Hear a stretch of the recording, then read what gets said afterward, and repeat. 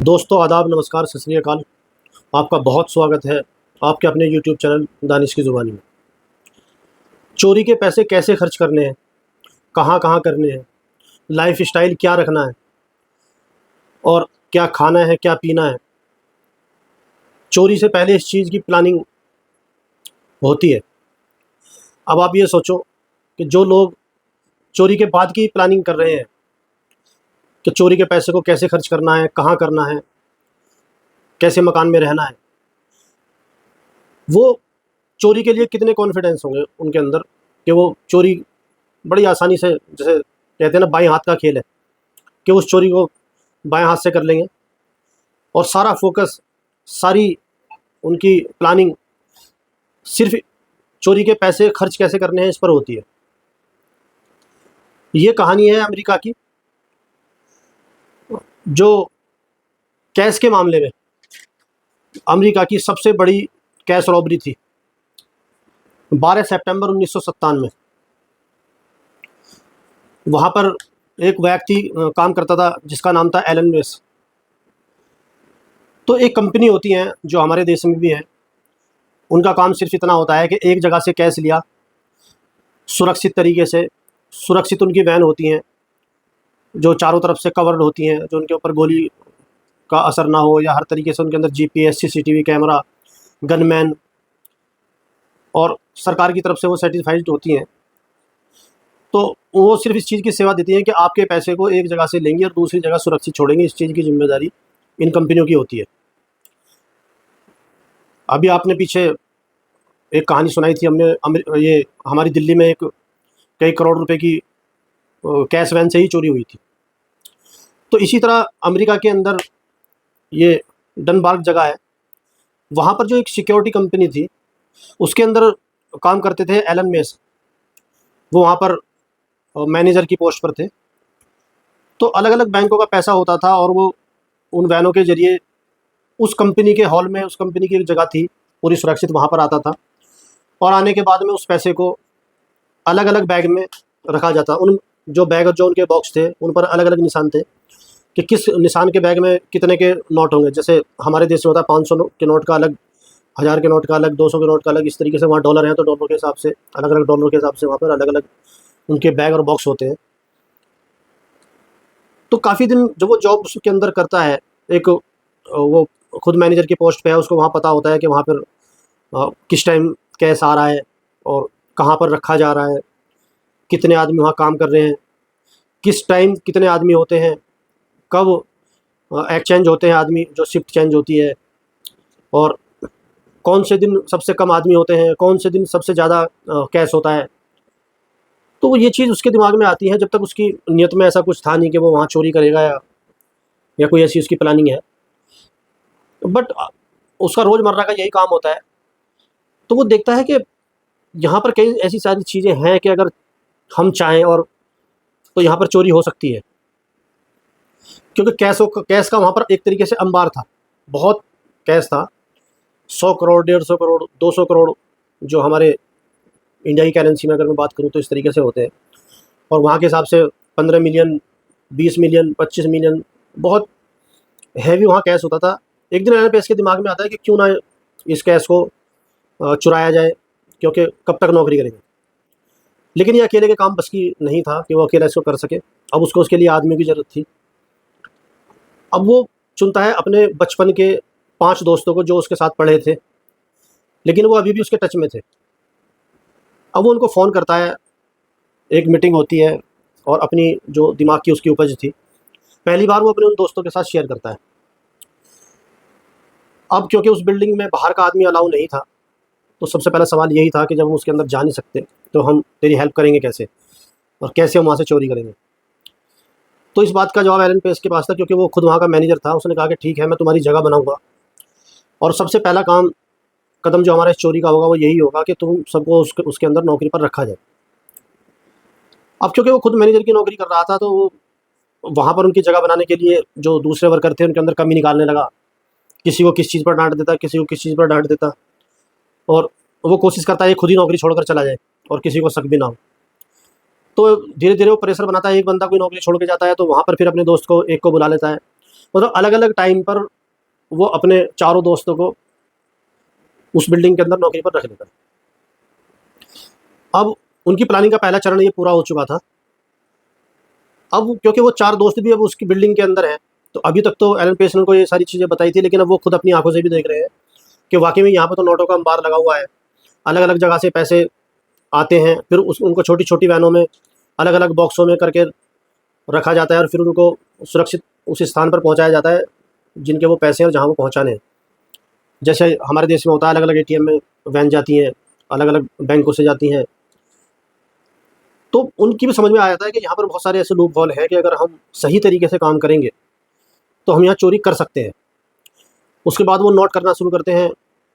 अब क्योंकि उन्होंने कोई भी डेट ऐसी फिक्स नहीं की होती कि किस दिन ये लोग चोरी को अंजाम देंगे। बस प्लानिंग उनकी सिर्फ इतनी थी कि जिस दिन भी यहाँ पर सबसे ज़्यादा कैश होगा, पहला।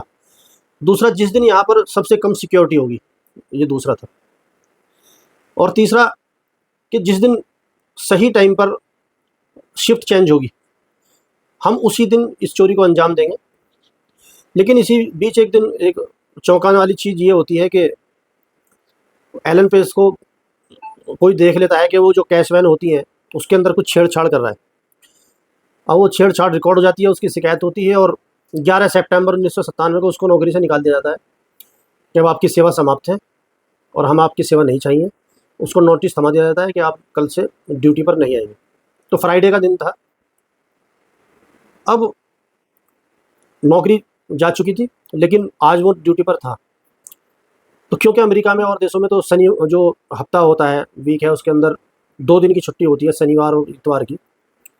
शुक्रवार का दिन था, तो वीकेंड था उनके लिए। तो वो पाँचों किसी बार में जाते हैं और वहाँ पर जाकर एक बढ़िया पार्टी करते हैं। वहाँ पर अपना आप की उपस्थिति पूरी तरह से दर्ज कराते हैं, वो नाचते हैं, गाते हैं। अब उसके बाद जब जो भी वहाँ पर पार्टी लोग कर रहे हैं, जैसे-जैसे उनको नशा होता है, वो एक सुरूर में वहाँ सॉन्ग में डांस करते रहते हैं और ये पाँचों चुपचाप वहाँ से धीरे से निकल जाते हैं। और निकलने के बाद सीधा उसी बिल्डिंग में जाते हैं जहाँ पर कैश होता है। वहाँ पर जाने के बाद, क्योंकि अभी उसकी नौकरी वहाँ पर थी आज के लिए, कल से नौकरी इनकी गई थी एलन पेस की, तो कोई रोक-टोक थी नहीं। वो अंदर जाते हैं, अंदर जाकर वो गन पॉइंट पर सबको बंदी बना लेते हैं। क्योंकि वो नौकरी एलन पेस वहाँ करता था, इसीलिए वो ज़्यादा बात करता नहीं है। वो सबको हाथ-पैर बाँधते हैं और डालते हैं। और उसके बाद एलन पेस को अच्छी तरह मालूम था कि कौन से बॉक्स उठाने हैं, सबसे बड़ा नोट कौन से बॉक्स में है। वो एक ट्रक में, उसी कंपनी के ट्रक में उन बॉक्सों को रखते हैं, जो सबसे बड़े नोट डॉलर का था। करीब 19 मिलियन डॉलर, जो हमारी भारतीय करेंसी में अगर हम कहें तो 1.5 अरब, मतलब सीधा-सा 150 करोड़ रुपए, वो आधे घंटे के अंदर उस वैन के अंदर डालते हैं। और क्योंकि वो खुद वहाँ का मैनेजर था, तो उसको पता था कि सीसीटीवी कहाँ-कहाँ हैं और उनके हार्ड डिस्क कहाँ हैं। वो बड़ी होशियारी के साथ जाता है और सारे कैमरों की हार्ड डिस्क निकालता है और उन नोटों के साथ रखते हैं। और करीब आधे घंटे में वो 150 करोड़ रुपए लेकर वहाँ से चंपत हो जाते हैं। अब प्लानिंग का एक हिस्सा उनका कंप्लीट। अब आगे जाते हैं, उसमें से पैसे निकालते हैं, छुपाते हैं, ट्रक को कहीं और करते हैं और वापस उसी पार्टी में आते हैं जिस पार्टी से वो गए थे। और वहाँ पर आने के बाद फिर वही मस्ती, डांस, बियर, सब उनका चलता है। फिर वहाँ पर उपस्थिति दर्ज कराते हैं। इधर इनका एन्जॉयमेंट पूरी तरह से चल रहा है और उधर बिल्डिंग में शिफ्ट चेंज हो रही थी, क्योंकि शिफ्ट चेंज वहाँ पर 1 बजे होती थी, तो ये लोग 12 बजे वहाँ पहुँचे। क्योंकि जैसे कुछ लोग बाहर जाते होंगे, कुछ लोग अंदर जाते होंगे, तो किसी का भी ध्यान उस टाइम इतना सिक्योर नहीं रहता है। सबको पता है भी शिफ्ट चेंज हो रही है।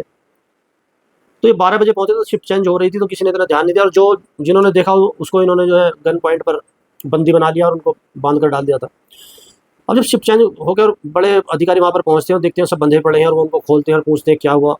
पता चलता है कि 5 हथियारबंद लोग आए थे और उन्होंने हमको बांध कर डाल दिया और वो जो पैसे थे, जो बाद में गिनती होती करीब 19 मिलियन डॉलर की, वो बड़े आराम से उसको लेकर चले गए।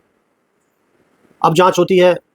अब एक बात इसमें, जब वहाँ की FBI जो पुलिस है अमेरिका की आती है, क्योंकि वो हार्ड डिस्क ले गया था और हार्ड डिस्क का रूम कहाँ है, कैसे है, अब ये किसी इनसाइडर को ही पता होता है। तो ये बात पहली बार में ही क्लियर हो जाती है कि ये काम किसी अंदर के आदमी का ही है। बाहर का आदमी बिना किसी खून खराबे के और इतनी जल्दी पैसे, और वही बैग जिनके अंदर सबसे बड़े डॉलर हैं, ये सारी चीज़ें एक साथ आदमी बाहर का नहीं कर सकता। बाहर का आएगा तो उसको क्या पता कौन से बैग में छोटे नोट हैं, किस में बड़े हैं, वो तो बस गाड़ी भरेगा और जाएगा। तो उन्होंने बिना किसी खून खराबे के बड़ी शांति के साथ आधे घंटे के अंदर 150 करोड़ रुपये लेकर वो चले गए और वापस फिर उसी पार्टी में जाकर अपना डांस भी कर रहे हैं, गाने भी गा रहे हैं। अब सबसे पहला जो शक होता है एलन पेस पे ही पुलिस का जाता है, FBI का, कि उसको पता है कि इसको नौकरी से निकाला गया है और ये छेड़छाड़ भी कर रहा था जो कैश वैन थी उसके साथ। एलन से पूछताछ की जाती है तो वो कहता है कि जी मुझे यहाँ से नौकरी से निकाल दिया गया था और मैं काफ़ी दिन से दिमाग पर वर्क का लोड था। अब नौकरी चलेगी तो लोड कैसा, तो मैं तो आराम से पार्टी करने गया था अपनी गर्लफ्रेंड के साथ और वहाँ पे मैं आराम से नाचा गाया, मस्ती करी और मैं तो वहीं पे था। अब पुलिस जाती है, उसको क्रॉस वेरीफाई करती है और वहाँ जाकर चेक करती है कि क्या ये सच बोल रहा है झूठ बोल रहा है। तो वहाँ पर उसकी जो उपस्थिति थी, जिस टाइम वो गया था वो भी दिख रहा था और जितनी देर वो रहा वो भी दिख रहा था। बाकी फिर भी कहीं ना कहीं वहाँ पर FBI की चूक थी, क्योंकि उन्होंने इतनी बारीकी से नहीं देखा कि बीच में ये एक घंटा गायब भी रहा है। उन्होंने आगे का देखा, पीछे का देखा कि हाँ आते देखा और जाते देखा, और उसको तसल्ली हो गई और वो पूरे तरीके से वहाँ से पुलिस ने उसको क्लीन चिट एक तरीके से दे दी। अब पुलिस अपनी इंक्वायरी आगे करनी शुरू कर देती है, दूसरी तरफ दिमाग लगाना शुरू करती है। लेकिन बहुत दिमाग लगाने के बाद भी FBI को कोई भी ऐसा क्लू, कोई भी ऐसा सबूत नहीं मिलता जिससे उसको चोरों का पता चल सके कि किसने इतनी सफाई के साथ चोरी की है।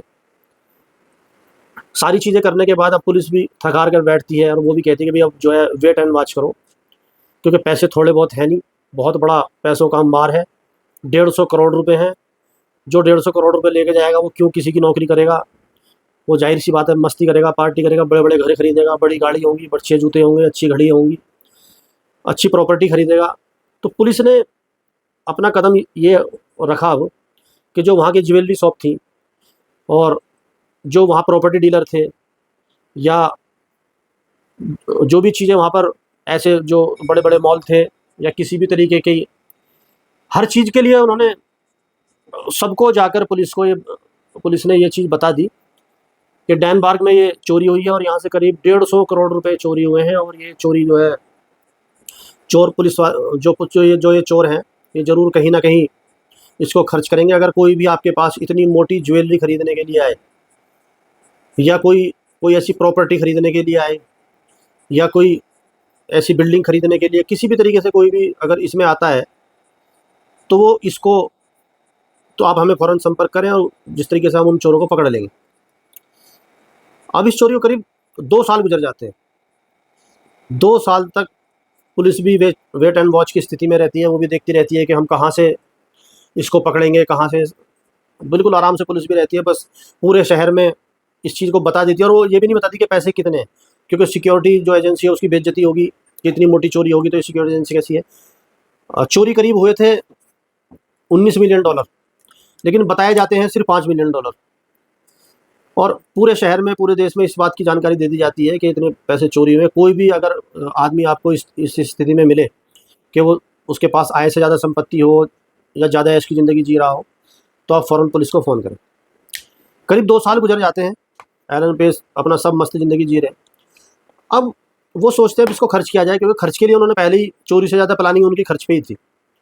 अब वो एक वकील के पास जाते हैं, उस वकील से जाकर बात करते हैं कि भाई हमारे पास ये पैसे हैं और हम तुम्हें इसके $1 मिलियन देंगे, तुम्हें हमारे पैसे ब्लैक को वाइट करना है, और अगर तुमने ये बात हमारी नहीं मानी, किसी और को बताया, तो हम तुम्हें जान से मार देंगे। अब वकील थोड़ा लालची था, उसने सोचा कि अपने को क्या है, $1 मिलियन घर बैठे मिल रहे हैं, मुझे करना ही क्या है। उसने कहा ठीक है, मैं जो आपका पैसा है मैं इसको वाइट करता हूँ। तो एक बेनामी संपत्ति जो हमारे देश में भी होती है कि प्रॉपर्टी मेरी है और मैंने अपने रिश्तेदार के नाम करा दी, कोई बिल्डिंग खरीदी दूसरे रिश्तेदार के नाम करा दी या ड्राइवर के नाम करा दी, मालिक उसका मैं हूँ लेकिन मेरे नाम कुछ नहीं है। तो वकील से उनकी ये डील होती है और इस डील पर काम शुरू हो जाता है। वो कुछ ज्वेलरी, कुछ प्रॉपर्टी, इस तरीके से वो उसको 19 मिलियन को ठिकाने लगाने शुरू करते हैं, जिनमें वो करीब 14 मिलियन ठिकाने लगा भी देते हैं। इसी बीच में जो उनके 5 दोस्त थे उनमें से एक से गलती होती है जिससे पूरा भाड़ा फूट जाता है। वो कोई प्रॉपर्टी खरीदता है और वो अपने दोस्त को उसका अमाउंट बताता है और वो उसमें से वो ऐसी गड्डी निकालता है और उस गड्डी को बैग में भरता है और उस बैग को ऐसा का ऐसा ही वो अपने दोस्त को देता है कि तुम उस प्रॉपर्टी डीलर को इसको जाके दे दे। अब आपने देखा होगा जो हमारे यहाँ करारे नोटों की गड्डी आती है उसके ऊपर एक पर्ची बैंक की कागज़ की लगी हुई होती है और उस पर स्टैम्प भी होती है। ये काम FBI ने पहले ही कर दिया था कि अगर किसी के पास ऐसी गड्डी है जिसके पास ये स्टैम्प लगी हुई हो, उस सिक्योरिटी का नाम बता दिया था, तो आप पुलिस को सूचित करें। और वो डीलर के पास वो बैग ऐसा का ऐसे ही चला जाता है, डीलर उसको खोलता है और देखता है तो उस पर वही स्टैम्प लगी हुई होती है और वो वही वाले नोट होते हैं। वो पुलिस को फ़ोन करता है कि वो जो बात आपने मुझसे कही थी, ये नोट आज मेरे पास करीब 2 साल के बाद वो आ चुके हैं। पुलिस फ़ौरन उस डीलर के पास पहुँचती है और वो जाकर देखती है तो वाकई में वो वही नोट थे जो नोट वहाँ से चोरी हुए थे। डीलर बताता है वो किसने दिया, पुलिस उसको पकड़ती है, उसकी पिटाई होती है, वो दूसरे का नाम बताता है, पुलिस उसको इंटरोगेट करती है अपने तरीके से, वो तीसरे का नाम बताता है, पुलिस उसको उठाती है, उसकी खातिर सेवा होती है थाने लाकर। लास्ट में एलन पेस का नाम आता है सामने। उसका आने के बाद क्लियर हो जाता है कि ये वही है जो उस टाइम 2 साल पहले वहाँ पर मैनेजर की नौकरी कर रहा था, और उसको गिरफ्तार कर लिया जाता है। पूछताछ होती है लंबी, अब पैसे की बरामदगी शुरू होती है। पुलिस पूरे जो वहाँ की FBI है पूरी एड़ी से चोटी का जोर लगा देती है। $19 मिलियन में से सिर्फ $5 मिलियन वो रिकवर कर पाती है। $14 मिलियन का आज भी, करीब इस चोरी को 1997 में हुई थी, 25 साल के आसपास, 28 साल के आसपास इसको हो चुके हैं। आज भी $14 मिलियन का किसी को पता नहीं है कि वो पैसे कहाँ गए। अब चार्जशीट बनती है और उनको सबको अदालत में पेश किया जाता है। वहाँ पर जो एलन मस्क है उसको करीब 24 साल की सज़ा होती है, और जो उसका दूसरा साथी था जिसके हाथ में गन थी उसको 17 साल की, और दूसरे को 8 की, और एक को 10 की, और कुछ को सबूत ना होने की वजह से बरी कर दिया जाता है। और इस तरीके से ये पूरी चोरी 2 साल बाद, एक तरीके से अगर वो बैग उसको ना देता, उसकी वो चिट छुटा देता, तो शायद आज तक वो चोरी नहीं पकड़ी जाती जो अमेरिका के इतिहास में पैसों के मामलों में सबसे बड़ी चोरी थी। तो एलन मस्क उसके अंदर गया और उसके बाद वो, अब उसकी सज़ा पूरी हो गई, 24 साल उसके पूरे हो गए हैं, वो बाहर आ गया है, फिर अपना वही ज़िंदगी। अब एक प्लानिंग, आपने एक सीरीज़ आई है नेटफ्लिक्स पे मनी हीस्ट के नाम से, जिस तरह उसके अंदर एक प्रोफेसर है, पूरी प्लानिंग करता है, अगर ऐसी सिचुएशन आई तो हमें आगे क्या करना है, अगर हम वहाँ पे सिचुएशन में फंसते हैं तो आगे क्या करना है, अगर नहीं आई तो क्या करना है। तो एलन बिल्कुल मनी हीस्ट का प्रोफेसर था। उसने बहुत बेहतरीन प्लानिंग करी, बहुत बेहतरीन चोरी करी, और वो उसमें कामयाब भी रहा। 2 साल खूब मज़े भी करे, और एक तरीके से $14 मिलियन उसने ठिकाने भी लगा दिए, वाइट कर दिए एकदम से। एक छोटी सी चोरी उसके दोस्त के दोस्त से हुई, गलती हुई, जिससे वो पकड़ा गया। तो ये थी आज की कहानी। उम्मीद है आपको कहानी पसंद आई होगी, और दूसरी कहानी के लिए कल शाम को मिलते हैं आपसे किसी दूसरी कहानी के साथ। तब तक अपना और अपनों का ध्यान रखें। जय हिंद, जय भारत।